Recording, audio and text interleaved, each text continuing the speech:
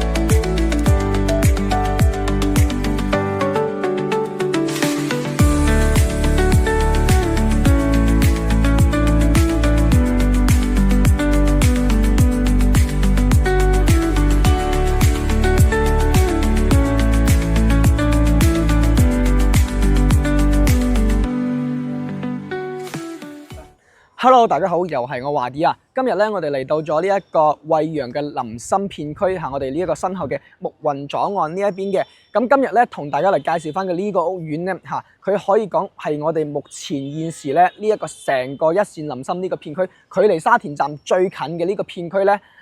唯二嘅屋苑噶啦所以大家選擇呢個片區咧。呢一度依家咧就總共1手2手加埋咧就得4個屋苑可以選擇嘅，咁一個係大華悅庭啦，一個係木雲左岸啦，呢兩個係有新樓可以選擇嘅。咁2手咧就係我哋隔離嘅萬悅花園、萬科萬悅花園，同埋咧有一個舊屋苑叫做鹽湖花園。總共咧呢個片區就得4個屋苑嘅啫。咁現時如果你選擇1手嘅話，就只有大華悅庭同埋呢一個木雲左岸係可以選擇嘅。咁今期介紹翻嘅呢一個木雲左岸咧係屬於我哋嘅一個現樓屋苑嘅。咁佢現時做緊嘅價單政策咧，最低係3萬蚊首期咧可以上會，然後咧係送埋我哋全屋嘅呢個家私家電禮包去進行交付，並且咧係帶埋裝修進行交付嘅。咁呢一個位置咧，講緊亦都係屬於我哋嘅呢一個距離沙田站最近嘅一個屋苑嚟嘅。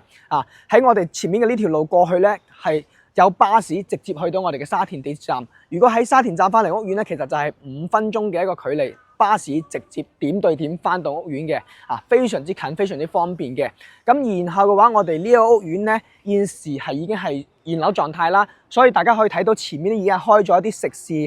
有食餃子噶啦，有菜園子嘅湘菜鋪啦，咁同埋咧隔離萬悅花園樓下亦都有開起身嘅。咁側面咧佢仲有開咗便利店同埋其他店鋪嘅。另外咧，我哋前面嘅呢一條路金湖路一路出去咧，全部都係已經開起身非常多嘅街鋪，同埋晚上有宵夜檔嘅。咁滿足我哋日常嘅生活所需咧，係完全冇問題噶啦。OK， 咁同埋咧，我哋喺呢一度過去1公里左右咧，仲有新開咗一間大潤發到家嘅一個超市商場嘅，大概有2-3層樓嘅一個入邊可以逛下嘅。咁其實咧就係之前嘅嗰個百家榮商場，依家咧重新裝修易主咗，咁啊造成咗我哋嘅一個叫大潤發到家嘅一個商場嘅。咁依家裝修入邊非常之靚。下邊有食肆啦，入邊有商場逛啦嚇，咁呢個係作為我哋最近嘅一個商場之一嚟嘅。咁除咗呢個商場之外咧，我哋亦都可以選擇翻我哋去深圳嘅呢啲更高級嘅一個商場，更靚嘅一個面貌。咁喺沙田站咧，我哋坐一個站去下一個站坑子站咧，就去到我哋坑子嘅步行街噶啦。咁坑子步行街嗰邊咧有我哋嘅金田購物廣場啦，有我哋嘅影展會購物廣場啦、女人世界啦、黃金海岸廣場等等嘅商場去供大家選擇嘅。或者咧坐地鐵去直接去翻我哋深圳嘅其他嘅大型商場，比如星河 Coco Park 啦、我哋嘅大運天地啦等等嘅呢啲商場供大家選擇，或者去行翻大小梅沙呢啲景點都係非常之方便嘅。咁買喺呢一個片區咧，基本上大多數人無非亦都係諗住近我哋嘅地鐵站，翻深圳翻香港方便，去行深圳嘅商場更加方便咁解噶啦。OK， 咁所以嘅話，如果選擇呢個片區，現時一手就只有大華悅庭同埋呢個木雲左岸可以選擇。如果你想要帶埋家私家電，帶埋裝修，仲要現樓咧，咁就只有呢個木雲左岸可以選擇噶啦。OK， 咁然後除咗我哋上述提到呢啲商業同埋交通嘅配套之外嘅話，咁醫療配套呢啲最近一條路直產出去咧，1公里左右仲有我哋嘅呢一個惠陽嘅白石醫院，係屬於一個二甲醫院嚟嘅，咁係可以解決我哋日常嘅一個頭暈身㷫咧，絕對係冇問題噶啦。咁大嘅3甲醫院咧，我哋可以去翻到我哋深圳嘅一個坪山中心醫院啦，或者係私立嘅薩米國際醫療啦，或者深圳嘅坪山婦幼保健院啦，呢啲深圳嘅一個醫院都係冇問題嘅。咁講緊嘅時間過去咧，亦都係10分鐘咁樣嘅一個時間就可以解決到噶啦。完全係符合我哋嘅呢個黃金15分鐘嘅救命時間，或者10分鐘嘅救命時間嘅呢一啲時間要求嘅。咁呢一度講緊最重要就係享用我哋深圳嘅呢啲配套咁解啦。OK， 好啦，咁然後佢依家在售嘅戶型嘅話，啲細嘅單位75方嗰啲咧就已經賣晒咗啦，同埋我哋108方嗰啲咧亦都係賣得七七八八噶啦。所以依家主要剩翻嘅咧就係幾隻戶型嘅，一個係我哋嘅89方嘅。同埋我哋嘅一個90幾方嘅南北通啦，97方嘅南北通啦，同埋一個116方嘅南北通，以及一個最大嘅138方嘅南北通戶型嘅。依家其實主要都係呢啲南北通戶型為主嘅。咁然後有個116方嘅南北通戶型嘅話，亦都係非常之受我哋港人關注嘅，因為嗰度咧係可以望到我哋一線嘅坪山河景同埋啲山景，係非常之靚嘅景觀嘅。咁陣間咧，我哋會上到去同大家睇下呢幾隻在售嘅單位佢嘅一個間隔情況啦，同埋會同大家睇下一個最新嘅交付標準。如果佢大裝修嘅話，係點個樣嘅一個裝修交付嘅樣，同埋話呢啲送嘅家私家電禮包裏邊又包含咗邊啲套件去俾到大家咧，都會詳細同大家一喺入邊講解翻嘅。陣間見。好啦，依家咧就上到我哋嘅示範單位啦嚇，咁呢一度咧都係屬於一個2梯4伙嘅佈局嘅。咁首先睇一個我哋嘅89方，呢個亦都係目前在售有貨量嘅最細嘅一個戶型嘅。之前75方嗰個咧就已經係賣晒冇得賣噶啦。OK， 咁然後呢一個89方係做翻一個我哋嘅直廳嘅3房2衛嘅設計，入翻嚟呢一度咧經典嘅一個直廳設計，3米半嘅開間，餐客廳係同寬嘅設計嚟嘅。咁然後呢一個位置咧望翻出去，係望翻我哋嘅內園景嘅。OK， 咁呢個位置咧就係望翻最中央嘅一片內園景，亦都係扭間佢最舒服嘅呢一片嘅。OK 咁當然啦，前面嗰片望泳池嘅扭間佢更加舒服，但係咧就景觀會窄啲嚇。其實我更中意呢一個3棟呢邊嘅景觀嚇，呢一邊望過去咧就唔會咁窄嘅內園景啦。咁然後呢個露台咧就係一個1.5米進深嘅露台嚟嘅嚇。但係咧呢一個位置雖然都係3.5米，但係我哋調翻轉嚟睇下呢一度咧係有少少嘅柱位嘅。呢度咧係會一個留翻一個放洗衣機嘅位置，但係咧我目測係比較窄，應該放唔落部洗衣機嘅，我估計嚇。OK， 好啦，咁睇翻入嚟呢一度飯廳位咧，呢個位置我覺得對於80零方嚟講咧，佢嘅飯廳係做得非常之大嘅，因為佢唔係話專門呢個位置個廚房咁樣做喺度面牆，然後就阻住咗嘅。所以嘅話，佢呢度係有個拓寬嘅空間，就係如果我將張台拉出嚟做嗰種伸縮台，或者做張圓台嘅情況下咧，咁如果多人嘅情況下，我甚至可以再用啦，多幾個人一齊食飯都得嘅。雖然係89方，3到4人之間嚇。咁然後呢個我哋嘅廚房咧係做一個 L 字形咁樣嘅一個設計，旁邊咧仲有一個生活露台嘅。呢個生活露台嘅位置咧，大概就有方零啦嚇，一個幾方嘅一個大細啦。咁到其時，如果你嫌嗰個廚房唔夠長、唔夠大嘅情況下咧，咁我哋可以做裝修時同師傅講，駁埋呢埲牆佢，加少少咁多錢嚇，駁埋佢，咁將個廚房做到呢一度拓寬佢都係冇問題嘅。咁唔駁情況下咧，我就啱先都講到嗰個大露台嗰度咧，入邊嗰粒入位其實係擺洗衣機唔係咁好擺嘅。咁我建議可能係擺下啲掃把啊、垃圾鏟啊啲嘢。咁洗衣機咧擺翻嚟呢個工作平台、呢個生活露台呢度，佢連呢啲管位下已經全部幫大家都預好咗噶啦。OK， 啊佢通咗水添啊呢個。咁然後咧。呢啲全部都係幫大家，連廚房呢度都係用埋咗雙層中空隔音玻璃㗎啦。好，咁我哋再睇下休息空間呢一邊嘅。咁第一個房呢一邊咧嚇個空間嚟講咧，因為佢依家做咗嗰啲訂製櫃，俾我感覺有少少嘅一個壓抑感啦。咁當然，如果我哋到時唔係咁樣做嘅情況下咧，呢間房嘅大細咧，仲係可以做翻一個米半床三邊落床嘅。咁然後呢一個位置咧，會有一個贈送嘅飄窗位係可以駁得到嘅。駁齊咗呢個飄窗嘅一個情況下咧，咁呢度雖然就唔可以拓展你張床嘅空間啦嚇，同埋落床啦。咁但係咧呢度可以做翻一啲我哋嘅細嘅一個櫃啦，或者做翻張台啦，都係冇問題。如果你唔做台嘅情況下咧，都可以三邊落床，將張床拍埋呢度放。咁呢度一部分落床位，呢度一個落床位，呢邊一個落床位，亦都係 OK 嘅。咁斜對面咧就係我哋嘅公區衛生間嚟嘅。公區衛生間呢一個位置啦，佢有少少嘅一個柱位嚇，咁啊到時候呢一個位置封翻個淋浴屏。旗杆如果最闊嘅呢個位置咧，大概去到80幾公分，差唔多有目測差唔多有90公分。但係最窄嘅呢個位置咧，大概就只得50幾公分啊。咁其他啲咧都係洗手台競圍馬桶咁樣兩段式嘅一個設計嚟㗎啦。OK， 咁再過嚟呢一邊第二個房係我哋嘅一個陽光房嚟嘅。咁呢間陽光房嘅空間感嚟講咧，我就會覺得比較細嘅。到其時呢個位置咧係需要封窗嘅嚇。咁然後呢間房如果我哋做瞓人嘅房嘅情況下咧，咁樣去擺張單邊落床咧，咁大概就係擺翻張1.4床。如果你需要擺1.5半床咧，就建議係咁樣去擺。但係咧就會有少少個問題，又係即係入咗門之後咧，如果擺咗1.5半床，應該差唔多去到呢個位置。咁入咗門之後就得翻一細條冷落床位，咁再擺個床頭櫃，咁真係一入門就上床瞓覺咁解啦。所以呢個位置建議都係擺翻張1.2床啦。咁然後嚟翻個主人房裏邊，主人房咧係一個套房，咁啊呢邊係做翻一個1.5半床嘅三邊落床標準位嚇。咁然後咧呢一個位置其實我覺得咧。到時候你駁埋呢個飄窗之後咧，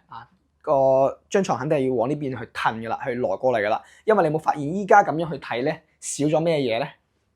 係冇咗衣櫃嘅，冇咗衣櫃位嘅，所以依家係冇擺衣櫃。咁到其時真真正正咧呢面牆呢個飄窗位駁咗佢之後咧，呢張床係往呢邊褪啊，亦即係話我哋呢個落床位係去到窗邊呢度。咁呢邊咧就褪翻一個我哋嘅衣櫃位俾大家出嚟嘅。OK。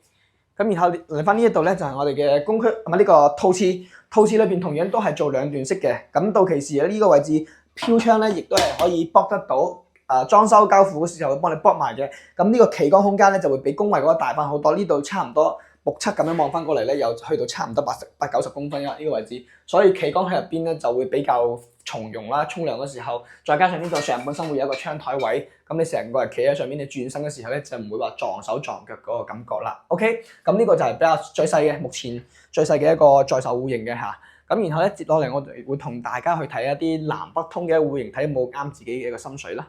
好，我哋睇下呢一個97個平方嘅南北通三房先嚇。咁一入嚟呢一度咧，我哋嘅呢一個客廳開間咧係去翻一個3.7米嘅開間嘅100方之內咧，俾到3.7米嘅開間，你仲要做埋南北通雙露台嘅戶型咧嚇，就真係只有呢一度做到啦。OK， 嗱咁啊呢一邊露台咧睇翻出嚟嚇，露台佢就唔係話非常之深嘅啫，呢度大概咧就1.5米嘅一個進深。咁呢一個位置咧望翻去咧嚇，望翻我哋呢個泳池景觀嘅，依家係3樓嘅低樓層。示範單位都係可以望到泳池景，咁同埋下邊咧，我哋嘅呢一個花園景觀都係好唔錯嘅，綠化率都足夠高。好啦，咁啊再睇翻過嚟呢一邊我哋啱先入門位嗰個位置咧，會有一個飄窗位贈送嘅。呢個飄窗位咧，佢係駁得到嘅。然後呢個位置咧係有做咗一個雙開窗，咁啊成個玄關過渡位咧就唔會太過暗嘅。然後呢個飄窗駁咗之後咧，我到時嘅建議就係會做一個好似佢咁樣矮櫃，但係咧係可以比呢度更深褪入去都得嘅。但係咧就冇做到頂，因為呢度做到頂封埋咗個窗咧，咁個採光就會差啲嘅。因為呢一邊咧佢原先係冇凹入位，所以咧係做唔到玄關櫃喺呢一度嘅。OK，好啦，咁然後呢一邊我哋嘅飯廳位就睇翻下，飯廳位呢一個空間咧，其實就同我哋嘅呢一個客廳係唔同嘅，唔係話同樣嘅寬度嘅嚇，呢度係會細翻少少嘅。咁但係咧係因為得益佢一個獨立嘅空間啦，食飯呢一個位置咧，其實係有比較多空間可以走盞嘅，咁所以嘅話唔會話將你固死咗喺某一個角落位嗰度。所以呢度如果我哋日常就餐咧，3到4個人嘅位置係冇問題。但係如果有朋友過嚟嘅情況下咧，我哋如果做翻張圓台伸縮台咧，呢度可以坐到6個人到7個人都冇問題嘅。咁旁邊呢個廚房咧，我就覺得中規中矩啦。廚房個空間就唔算話好大嘅嚇。咁呢一度咧，佢做咗個 U 字形咁樣嘅設計之後咧，其實呢度就係相當於啱啱好就係一個人喺度操作嚇，其他人咧就咪嚟搗亂啦。OK 啊，然後咧呢一個露台嘅話，其實佢就副露台係會比較細少少嘅。咁呢度咧會比較窄，大概咧加埋飄出去都係1米多少少。咁如果你裝埋呢個護欄之後咧，其實就唔係話好闊噶啦。所以呢個露台咧，我覺得攞嚟做晾衫會更加好少少。主露台咧，我哋就可以擺翻一套細細地嘅茶幾仔，或者擺套吊籃啊，或者梳化仔啊咁樣喺出邊坐下都 OK 嘅。咁然後嚟翻呢個房間呢邊，第一間房呢一邊嘅話，佢依家咧係做咗一張我哋嘅米4床啦。做咗個3邊落床，再做一個大衣櫃嘅情況下，咁呢個飄窗咧，我哋係駁得到嘅，但係咧有少少可惜嘅咧，就係佢呢一個位置，佢冇通到嗰面牆嘅底部，因為呢一個位置下邊咧係冷氣機位嚟嘅，所以嘅話，咁呢個位置就算駁咗佢咧，做咩嘢咧？可以做將我哋嘅一個化妝台、梳妝台啊，或者做翻個櫃體啊，咁樣喺呢度細細地嗰啲矮櫃咧都 OK 嘅。咁然後對面呢一邊咧就係我哋嘅一個公區衛生間，公區衛生間咧就係一個2段式嘅設計嚟嘅啫，到時候鏡櫃、洗手台、馬桶都係會有嘅。咁陣間咧我哋會同大家去一個116方嘅示範單位，去睇下佢最新做出嚟嗰個裝修。佢依家係送裝修啫嘛，咁睇佢最新嘅呢個裝修佢嘅一個示範單位係點樣樣，裝出嚟嘅效果交標係點樣樣嘅。咁啊參考嗰個為準啲交標。然後呢一個位置咧，佢係會有個贈送嘅飄窗位俾到大家，到時候裝修嗰時候咧係會幫你駁埋佢，做好晒呢一個淋浴間去俾到你嘅。OK， 然後再過嚟呢一邊咧係我哋嘅一個隔間，呢度咧叫做一個書房。咁隔離咧仲有一個陽光房，實際上呢2個空間咧加埋起身係一個正常嘅房間大細嚟嘅。咁但係因為呢一度佢冇辦法全部做成陽光房咁大俾你啦嚇，所以咧有一個細嘅書房仔嘅空間，再加埋呢一個陽光房嚇。咁然後咧到期時我哋真正做房嘅時候咧，呢個嘢係唔存在嘅。咁呢間房咧就係一間正常大細嘅房，呢邊咧封個窗，咁就係變翻一間我哋好市正嘅一間房，可以做多一個我哋嘅米半床都係冇問題嘅嚇。然後呢一度係買半送半嘅空間嚇。咁呢一度咧又送咗有差唔多個幾方啦。咁然後再嚟翻我哋嘅主人房裏邊啦。主人房呢一邊同樣都係有個飄窗位，到時咧係可以駁齊嘅呢個飄窗位嘅。咁到時裝修時駁咗佢咧，張床其實就唔止咁細嘅，依家都係張米4床。駁咗佢嘅之後，呢一個位置大概會增加翻我哋一個60公分、50幾到60公分咁樣嘅一個深度啦。咁到時候如果我哋做翻張米8床嘅3邊落床咧，亦都係 OK 嘅。咁呢個位置仲可以安排得落一個我哋嘅通頂大衣櫃嘅。OK， 咁再過嚟呢度咧就係我哋嘅套位，套位同樣都係做2段式嘅啦嚇。咁到時候呢啲位置咧都係我哋嘅即係話洗手台啊、馬桶啊、鏡櫃呢啲配置嘅。咁然後呢一個位置又係送咗一個飄窗俾大家。咁到期時咧裝修嗰時候，亦都會幫你駁埋嘅。打埋之後咧，做翻一個正常嘅一個企缸嘅一個空間喺度。咁目測咧大概呢一個位置去到85 cm 左右嚇。咁你唔知你會唔會話覺得細啦？但係咧，我覺得就係啱使啦，但絕對唔講唔上大啊，80零公分。咁屬於中規中矩，畢竟佢都係100方以內嘅一個戶型面積段嚟嘅。OK， 嗱咁呢個咧就係97個平方。咁接落嚟我哋過去其他棟數，同大家睇下其他嘅一個面積。好啦，我哋再嚟睇一個138方嘅超大戶型啦嚇。咁呢個同樣都係做翻一個南北通嘅一個間隔嘅。咁然後咧嚟翻呢一度我哋嘅呢一個南北通嘅客廳位咧係非常之闊綽嘅4米半嘅一個大開間。呢個位置咧可以真係叫做我哋叫做咩咧？喺度睇一個投影都 OK 嘅啦，呢個位置非常之舒服嘅。咁呢個會客廳咧，甚至我哋喺度開翻一個大嘅 party 咧，都係完全冇問題嘅。咁呢個位置通翻出嚟咧，係一個1.9米進深嘅一個大露台。咁同樣咧都係4.5米闊嘅。然後呢個位置咧，如果我哋揀翻一個比較高啲嘅樓層咧，望出去係望翻前面嘅一個中央泳池景。咁當然啦，因為依家我哋所在嘅示範單位只係2樓嘅，所以咧係會有少少嘅一個影響，睇唔到個遠處嘅泳池噶啦。咁啊大概喺呢個位置就係我哋嘅呢個泳池啦。OK， 好啦，咁啊再入翻嚟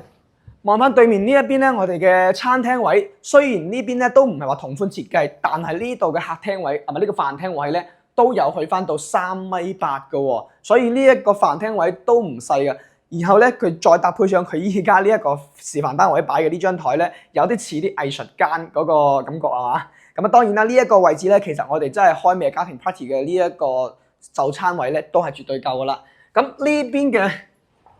呢一個副露台咧，比啱先我哋睇嘅嗰個97方咧，亦都係會大翻咗唔少嘅。呢一個位置咧，我哋成個露台嘅進深咧有去到1.7米嘅。咁同樣呢度有一個3.8米嘅一個長度嘅，所以呢個露台無論你想攞邊個露台攞嚟做我哋嘅一個景觀露台咧，都係冇問題。啊，咁嗰邊咧望泳池啦，咁呢邊咧就望翻我哋後邊最舒服嘅呢一片花園景觀嘅，綠又有一個草坪啦，同埋我哋嘅一個藍色、黃色格調咧相間嘅呢個我哋嘅啲運動設施啦、跑道啊。望上去咧都係非常之養眼嘅啊！而且呢一個位置扭間距咧咁樣望咧都係非常之開揚呢個感覺嘅。OK， 咁啊再睇翻入嚟啦嚇，睇翻呢個廚房呢度先。廚房呢度咧係做咗一個長方即係長形嘅一個 U 字形嘅，佢唔係嗰種重心嘅 U 字形嘅，所以呢個位置咧如果一排過俾人咁樣喺度操作咧，大概可以容納到3到4個人喺度同時幫手嘅。咁但係咧，我覺得佢就可能如果呢度擺咗一部焗爐情況下，咁呢度係斬骨。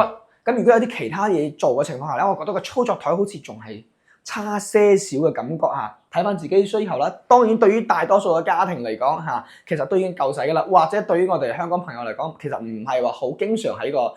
廚房度自己煮食嘅情況下咧，亦都係夠使嘅。OK， 咁然後咧，我哋啱先入門位呢一度咧嚇。同樣佢好似97方一樣咧，佢呢個位置都係有一個飄窗位贈送嘅。咁到時咧，呢個位置亦都係駁齊佢，呢個可以做個矮櫃、鞋櫃，下邊全部都係放鞋嘅。不過咧就上邊唔好做嗰個吊櫃嗰部分啦，就即係冇個儲物櫃咁解。否則嘅話，呢個窗嘅採光通風嘅作用咧就犧牲咗㗎啦。咁然後入門旁邊咧就同樣有一個書房位啦，同埋我哋嘅一個陽光房嘅形式嘅。嗱，咁呢個陽光房咧都係細少少嘅，但係咧，如果我到時候正常用呢間房嘅情況下咧，係唔要呢一個門，然後將個牆咧會封到呢一個位置，又係一間正常嘅房嘅。或者咧，你呢度如果唔需要攞嚟做客房嘅話，我哋可以做一個雜物間嚇，擺下我哋平時如果一家大細需要翻嚟嘅話，幾個行李篋啊擺喺度都冇問題嘅。啊，畢竟有啲人係唔中意喺入門位旁邊就瞓人咁解嘅。OK， 咁然後再嚟睇下其他幾間房。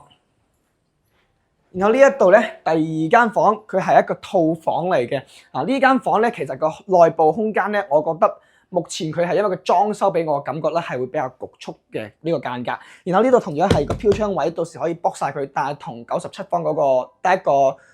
客房一樣，都係呢度下邊咧係冷氣機位。所以嘅話，我哋就冇辦法一通到底全部駁齊咁長嚟拓展嗰個空間啦。呢度都係可以做翻啲我哋書台啊，或者係我哋嘅一個梳妝台咁解。然後呢一張床，如果你話唔擺個衣櫃情況下咧，可以做翻張米半床褪翻過嚟呢度3邊落床。但係如果你需要擺衣櫃情況下咧，你又真係只能夠好似咁樣去做一張拍埋去做雙邊落床噶啦嚇。咁當然啦，雙邊落床嘅情況下咧，佢每個空間嘅過渡走道咧，其實都係足夠闊嘅。OK， 都唔會話太過逼狹噶啦。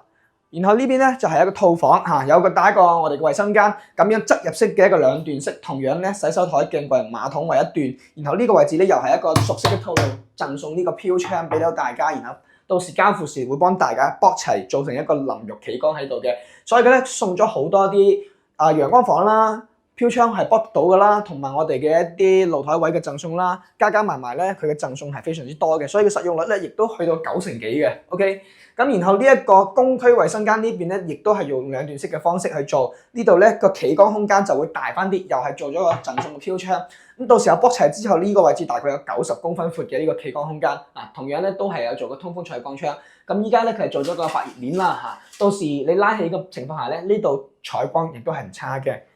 咁然後再過嚟呢邊仲有間房嘅。咁呢一間房咧就係望翻我哋嘅一個花園方向。嗱，咁如果瞓喺張床呢度嘅位置咧，咁樣望過去其實就係望得非常舒服嘅。不過呢間房咧個橫向空間因為會比較窄分少少，所以嘅話，如果我哋要做3邊落床咧，就只能夠係咁樣去擺。但係咧，你張床嘅床尾嘅位置嘅過渡位咧就會窄少少，就真嘅。咁如果你係想個空間整體嚟闊咧，咁好似佢咁樣去做都得，拍埋邊呢度如果唔做呢個櫃嘅情況下咧，就係雙邊落床；做咗呢個訂製櫃咧，就係一個單邊落床。咁然後咧呢張床一翻嚟坐低就係瞓覺。啊，呢邊可以好似佢咁樣做個書台又得。到時候咧呢個位置係可以剝咗佢嘅，下面又係飄窗位嚟嘅。OK 啊，咁當然啦，剝咗之後咧，我相信佢如果做三邊落床，兩邊嗰個兩邊床邊嘅落床位咧係會非常之闊落嘅，但係就床尾嗰度差些少咁解。然後我俾大家睇睇嗰個出邊望出去嘅景觀先，同副露台一樣嘅。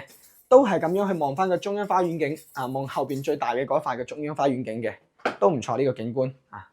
OK， 咁啊再睇埋我哋呢個主人房啦。主人房呢一邊咧就反而係變翻望翻個泳池嘅呢一個方向嘅。啊喺呢一邊，因為佢係主人房，通常係個朝向為主嘅，唔係話個景觀最重要，喺呢邊係朝南向啊。咁到時候高樓層嘅話，呢邊就係我哋望翻遠處嘅呢一個泳池景喺呢個位置嘅。咁同埋咧下邊我哋嘅一部分嘅花園景觀都比較賞心悅目嘅。同樣呢個位置又係個飄窗，咁呢個飄窗仲會更加闊咗嚇。咁到呢個位置咧，當然咧到時候因為呢兩邊有個窗台位，其實唔建議駁到呢個位置嚇。咁啊駁到呢度拍齊咧就差唔多係55公分拍咗佢。咁呢度做翻張1.8米嘅大床啦，咁其實呢個空間都係會瞓得非常之舒服嘅。再加之呢度過渡位咁闊落咧，成2米闊剩低嘅空間嚇，咁仲可以做多一個我哋嘅電視櫃喺呢一度啊，做部大嘅一個房間，其實應該放65寸都 OK 嘅。廳嘅話我哋可以放部90寸都 OK， 因為個廳4.5米咁闊嘅一個開間啊。咁然後再嚟翻呢一度啦。當然啦，呢個位置其實呢個房嘅空間都夠大，其實我哋做台經熱都得嘅嚇。咁然後再嚟翻呢一個位置咧，就會有一個獨立嘅空間，可以俾我哋做2個櫃啦。然後中間做個趟門，做個隔斷咁樣啦，就唔會話廁所對住張床啊。或者如果你唔介意咁樣嘅話，呢度平時關埋個門，喺呢個位置做翻個趟門咁解咧啊。咁然後呢度可以好似佢咁樣做一個櫃就得啦。然後咧做翻張梳妝台喺度，亦都係 OK 嘅。咁入邊同樣衞生間嘅空間咧，就都係兩段式嘅設計啦，又係做個飄窗位。不過咧個衞生間嘅呢一個淋浴企缸位咧，反而會窄翻少少，冇公衞嗰個咁大嘅。呢度望落去目測咧，我差唔多就係感覺應該係80公分左右有啦，唔會話太大。我覺得佢呢一個設計咧，就即係將啲空間唔會話太多擺喺個廁所裏邊，因為每一個發展商佢嘅設計嘅理念咧係唔一樣嘅。咁我見過有啲發展商咧，佢就會中意將個廁所設計得特別之大、特別之舒服嘅啊。咁然後咧啲房間啲客廳都大，但係唔會話特別之去即係話好似咁樣啦。即係呢個發展商就唔會好似佢哋咁樣將燈讓一部分空間俾個廁所咁解，因為有人中意廁所沖涼嘅空間夠大夠舒服，但係有人覺得夠洗就 OK 啦，因為一日就通常就沖1次涼或者到2次涼最多，所以就唔會話長時間踎喺入邊咁解嚇。OK 嗱，咁啊呢個咧就係138方最大嘅一個享受戶型嚟嘅。咁接落嚟咧，我哋就會過去同大家睇翻我哋116方嘅呢一隻戶型嚇，最後再睇點解咧？因為呢一個戶型佢依家係做咗我哋送裝修嘅嗰個裝修標準出嚟俾大家睇嘅，咁咧就會同大家去詳細講解一下我哋木雲左岸現時送裝修佢嘅一個裝修嘅標準用料係點樣，到時候交付俾大家係點嘅樣嘅，順便亦都睇埋呢隻116方依家亦都有貨量在賣緊嘅，咁睇下佢呢隻間隔又係點嘅樣噶啦。好啦，我哋再嚟睇埋最後一個116個平方嘅，咁呢一個咧既係睇埋佢嘅間隔，同時亦都帶大家睇埋我哋嘅裝修交付嘅一個標準嚟嘅。咁呢個116方咧，亦都係現時最多港人關注同埋購買嘅一個戶型嚟嘅。點解咧？嗱，我哋行出露台睇一眼，大家便知道啦。嗱，咁行出我哋嘅呢一個北向嘅副露台之後，望出去咧就係我哋嘅一條蜿蜒嘅一個呢個淡水河，亦都叫屏山河，係同一條河嚟嘅。咁啊流翻入淡水咧，就係我哋叫淡水河。喺依家近深圳呢一邊咧，就叫做屏山河嘅。咁非常之闊嘅一個河面嚟嘅。依家所在咧係我哋一個中間樓層，望條河咧唔算話太細，又唔算話離得太近嚇，望到啱啱好比較舒服嘅。咁中高樓層望呢條河都 OK 嘅。咁遠處咧仲有我哋嘅山景望嘅嚇。嗱，我哋放大下俾大家睇睇先。咁喺自己嘅家中嘅露台咧，就可以望到有山有水，非常之靚嘅一個景觀，就係點解咁多港人中意呢隻戶型咁嘅原因啦。咁睇翻呢個戶型本身亦都係好受歡迎嘅，無論係對於香港朋友定係大陸朋友嚟講，都係好受關注。因為南北通雙露台呢種戶型咧，夠通透啦，咁而且可以做到一個動靜功能分區啦，所以嘅話使用起身咧，功能嘅實用性上嚟講，舒適性上嚟講，都係冇得彈嘅。OK， 咁嚟翻呢一個我哋客廳位呢一度咧，係一個3.9米嘅一個超大開間嚟嘅，110幾方做到差唔多成4米嘅開間，非常之誇張嘅嚇。呢個盤都係一個即係難得一見㗎啦。咁然後呢一度咧，依家亦都係擺咗我哋嘅贈送嘅呢個家私禮包當中嘅一個3人位嘅 sofa 同埋一張茶幾喺度嘅。OK， 陣間我哋會從大家詳細去睇睇我哋有邊啲東西嚇。而家有一部分嘢佢係冇擺入嚟嘅，有啲家電佢未有擺入嚟嘅。咁睇翻個間隔先啦嚇。入門位呢一個位置咧，原先係會有一個我哋嘅飄窗位俾大家，已經係卜齊咗裝修而家。咁啊，呢交付嘅時候咧就係咁樣卜齊交付俾大家。咁你到期時你可以買個成品櫃又得，做個訂製櫃喺呢度又得，買做個鞋櫃。咁然後呢個門咧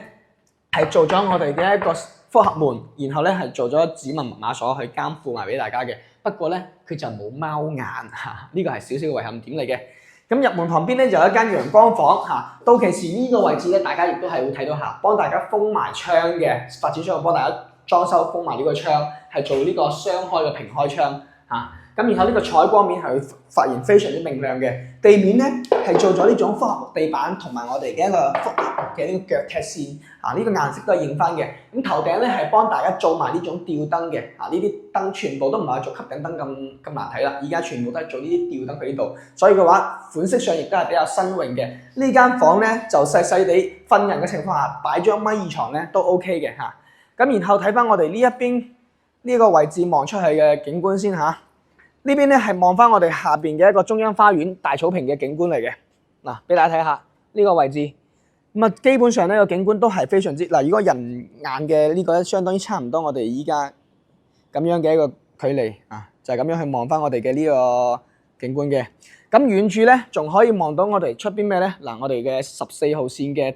呢個昂鵝停車段啊，咁到期時咧呢個昂鵝商業體咧就係會喺呢個昂鵝停車段嘅呢一個頂上去搞嘅。到時呢度行過去咧，都會有條路喺呢個位置通過去啊。咁依家已經係出咗紅線規劃圖啦。咁啊，預計會喺今年年底咧會搞呢條路，到時喺呢度通過去咧，亦都係非常之快嘅。OK， 咁當然啦，從遠期規劃嚟講係仲有個餅俾大家食下嘅，講笑啦。咁啊，呢一個位置咧會有個19號線嘅沙田北站，到期時咧行過去就係地鐵站。但係咧呢個規劃係深圳嘅嚇，咁幾時起咧要睇翻深圳。當然啦，深圳嘅做事效率肯定係比翻我哋話，即係如果喺惠州嚟講咧，佢嘅仲係會快，同埋實現嘅呢個能力程度咧，亦都係會比喺惠州實現嘅呢個概率會大好多嘅嚇。當然啦，呢個係長期規劃，幾時起暫時就未知。反正現時嚟講，我哋呢度去翻出邊嘅沙田站14號線沙田站現成嘅地鐵站咧，僅僅就係2.6公里嘅。咁如果我哋坐巴士咧，門口就有巴士168B 去上車，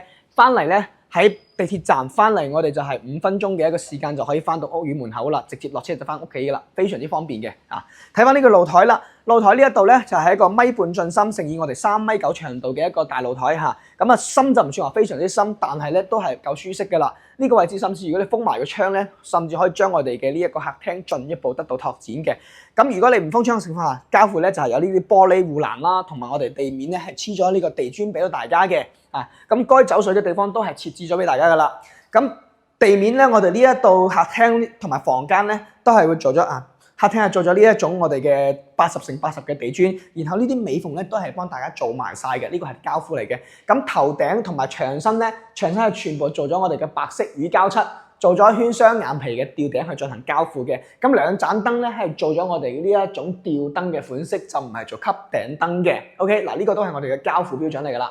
但係同大家提一提下，呢個電視背景牆咧就唔係交付標準，所以佢呢度都貼咗非交付標準嘅。咁呢個位置咧，到時係一面白牆，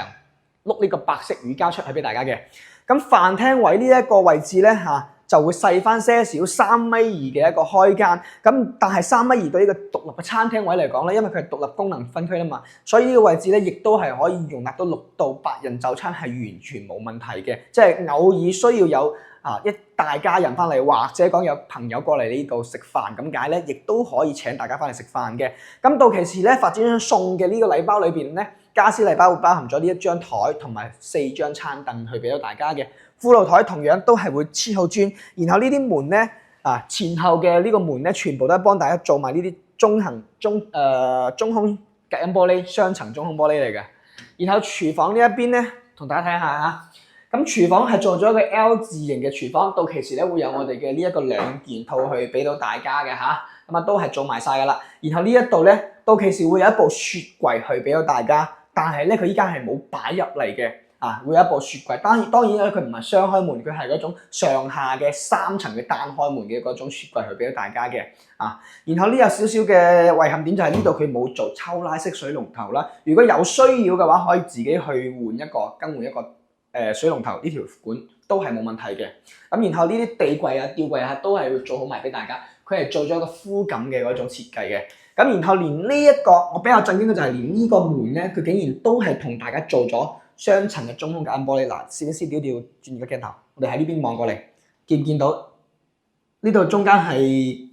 隔音2層玻璃嚟㗎？你睇呢個位置就知道㗎啦。然後咧，佢嘅趟門咧做得非常之絲滑喎，而且喺上面又做咗啲防撞條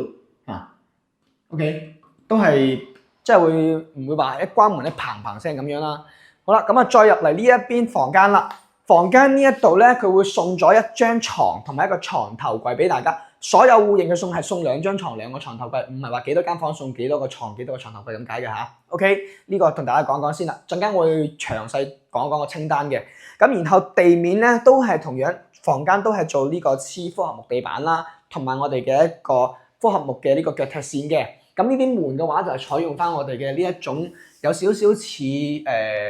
咖啡色又淡少少啦嗰隻色嘅呢啲門嚇。咁啊呢啲款式就係比較基礎款啦。然後牆身就全部係碌白色乳膠漆。呢個位置咧，原先亦都係有個飄窗位，幫大家已經係駁齊咗去交付啦。咁啱先我哋睇示範單位，全部都係唔係有駁啲飄窗位噶嘛？到時候真真正正交付都係會咁樣幫大家駁齊呢啲飄窗位嘅。原先嘅飄窗位係對齊到呢度嘅。OK， 咁剩低咧駁完之後就剩翻呢個細細哋嘅窗台仔咁解噶啦。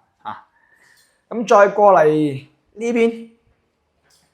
呢度第2間房噶啦喎。咁再過嚟公區衛生間，呢個公區衛生間116方咧係做3段式嘅，鏡櫃洗手台喺出邊，入邊咧就係我哋嘅呢一個馬桶位。咁但係咧佢裝嘅時候係冇呢個淋浴屏嘅，需要後期自己去進行加裝嘅。咁但係呢一個116方佢嘅公區衛生間裏邊咧，我覺得如果你裝淋浴屏之後咧，呢個位置係會比較窄嘅，可能會做個活動式嘅拉鏈會比較好少少嚇。OK， 咁然後咧牆身就全部係幫大家做埋黐磚，頭頂係做假天花同埋一個吸頂燈，但係冇做呢個浴室寶，即係浴霸嚇，會有個抽風排氣扇。然後呢個5金配件花灑咧，全部都係配齊，同埋咧會多咗一個我哋嘅噴窗，就係可以清洗呢個位置嘅。OK， 咁呢個係我哋嘅一個廁所方面嘅交標，同埋咧呢度我哋可以睇到嚇，呢個廁所位咧係可以望到我哋出邊嘅屏山河景嘅，係啦。呢個景觀都係唔錯，沖涼都可以望河景，而且呢個方向咧，你甚至都唔需要去拉咩窗簾，因為出邊冇高樓，人哋係望唔到你嘅呢度。咁旁邊呢度咧就係我哋嘅第3間房，係一間北向嘅房。北向呢間房咧都係望翻我哋嘅屏山河景同埋我哋嘅呢個山景嘅遠處。嗱，可以俾大家睇睇個景觀先啦。OK， 都係望河景嘅，景觀上咧冇乜好彈嘅。咁然後呢一個位置咧。原先亦都係個飄窗位幫大家駁齊咗嘅，咁駁咗呢個飄窗之後，大家可以參考翻駁完飄窗呢啲空間咁表現啦，完全係唔輸蝕嘅，絕對可以擺落我哋呢個米半床3邊落床噶啦嚇。然後再嚟睇埋個主人房先啦，呢個位置亦都唔會有門對門噶啦嚇。主人房呢間空間咧，都係駁埋咗個飄窗位之後，非常之大嘅。咁呢度咧係會送咗張1.8大床俾到大家，再加埋一個床頭櫃嘅。咁如果有需要嘅話，你覺得需要配齊2個床頭櫃咧？就建議將呢個床頭櫃冇要啦，換咗一對 ，OK 都係嘅。咁然後地面就全部都係呢個一樣嘅顏色嘅呢個木地板，頭頂都係做翻呢種吊燈嚟嘅。好啦，咁然後呢一邊係南向，主人房嘅南向係望花園嘅景觀，同埋我哋遠處嘅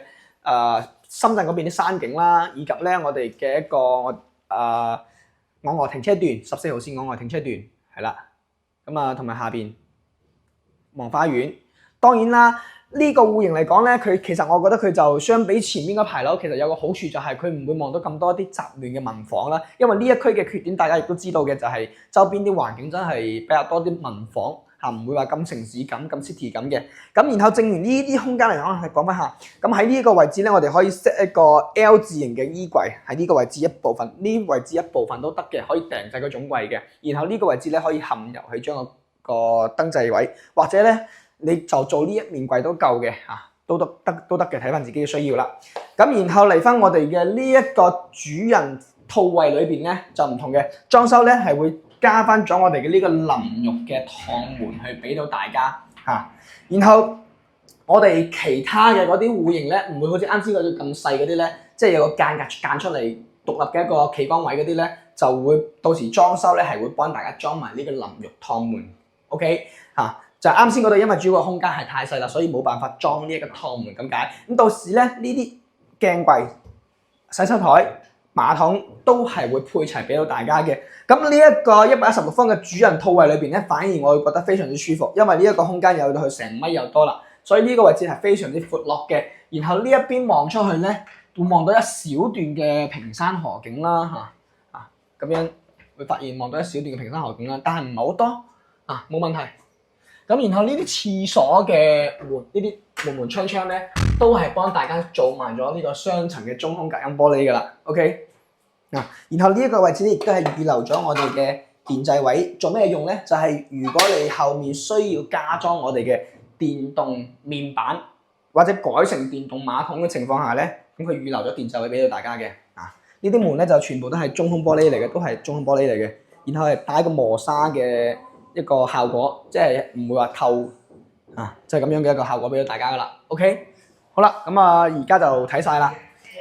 有客戶過嚟睇樓嚇，我哋陣間再同大家總結。好啦，咁啱先同大家睇咗我哋嘅裝標同埋呢一個116方呢個單位嘅間隔啦。咁啱先因為有客人喺度睇緊樓，所以咧我哋就唔方便喺度同大家咁大聲講嘢去總結啦。咁啱先嗰台客人咧其實都係香港客戶嚟嘅，咁咧佢哋咧就幾姊妹嚇，一家大細咁樣過嚟睇嘅。OK， 咁然後咧喺呢一度簡單同大家講一講，我哋啱先有一部分係冇睇到嘅。咁家私家電禮包裏邊有咩嘢咧？首先我哋啱先有睇到嘅咧，就係有包含咗一張梳化，3人位嘅梳化，電動梳化嚟嘅。咁然後咧有2張床有2張大床，同埋咧包括埋床墊嘅。咁然後仲有一張茶几啦，仲有一張餐台，以及咧4張餐凳，同埋嘅話有2個床頭櫃嘅。呢個咧係家私當中嘅贈送嘅呢啲禮包。啱先咧我哋都有睇到咗噶啦。咁家電咧，佢依家就全部都未有擺入嚟嘅，同大家講下有咩嘢先。首先會有一部電視，65寸嘅電視，有3部1.5匹嘅冷氣機，仲有咧有一部雪櫃，然後咧一部洗衣機，同埋一個電飯煲，同埋有一部電風扇，以及咧一個我哋嘅熱水爐嘅。呢個咧係我哋家私家電禮包當中嘅。咁我陣間咧都會鋪翻啲吉鏡去俾大家睇翻呢啲東西嘅嚇。咁下邊擺喺營銷中心都有嘅嚇。咁第二個嚟講咧，同大家總結下我哋呢個木運左岸現時嘅一個情況啦嚇。咁首先嚟講咧，依家最低係3萬蚊左右嘅首期咧就可以上會噶啦。咁然後嘅話，依家做緊嘅價單最低係9字頭，當然我都需要同大家講清楚，佢係天地樓層先可以做到，大概係9800蚊左右嘅一個價單，天地樓層可以攞到嘅。咁其他正常嘅一啲樓層咧嚇，如果6樓以下咧就會比較平嘅，可以做到大概係喺10100、10200左右嘅一個價單咧，都係可以攞低嘅啦嚇。所有折扣折落嚟可以攞到呢個價錢嘅。咁然後啲中高樓層咧，均價就去翻到大概係10400到10500咁上下嘅一個價單，最高都唔會超過10800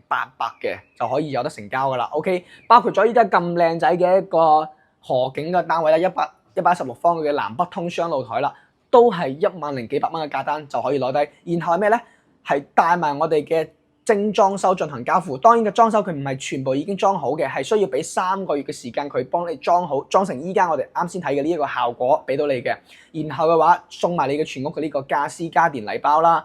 同埋嘅話依家已經係現樓狀態。呢個現樓咧，即係佢已經全部起好封齊頂，主體全部內籠都係搞埋，就係差呢個裝修咁解噶啦。因為原先佢係賣毛坯嘅，所以咧佢係毛坯現樓。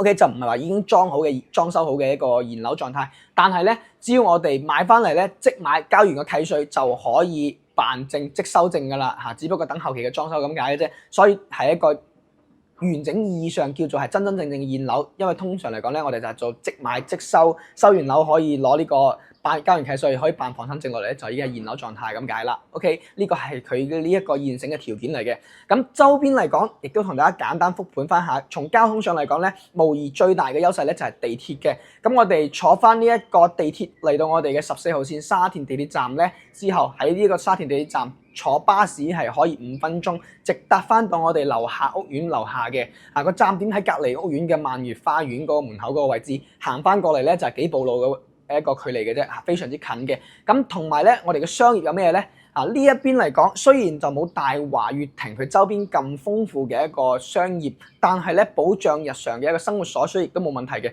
樓下咧就已經有啲我哋嘅便利店啦，同埋食飯嘅呢個餐館啦，同埋樓下對面咧仲有我哋嘅一個 KTV 啦，呢啲都係已經開起身嘅。咁再跟住我哋出邊嗰條路一條路行出去沙田站路上咧，都係會有好多嘅一啲街鋪開起身嘅，晚上仲有宵夜檔啦。咁包括咗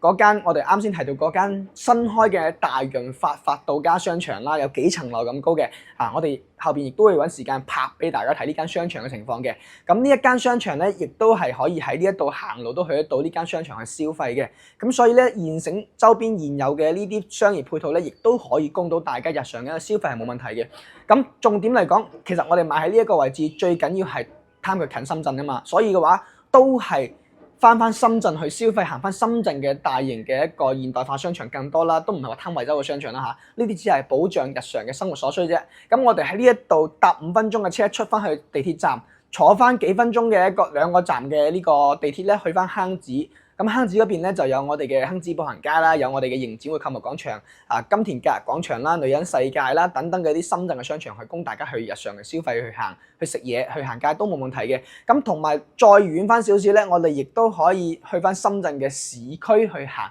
坐地鐵嚇，無論去翻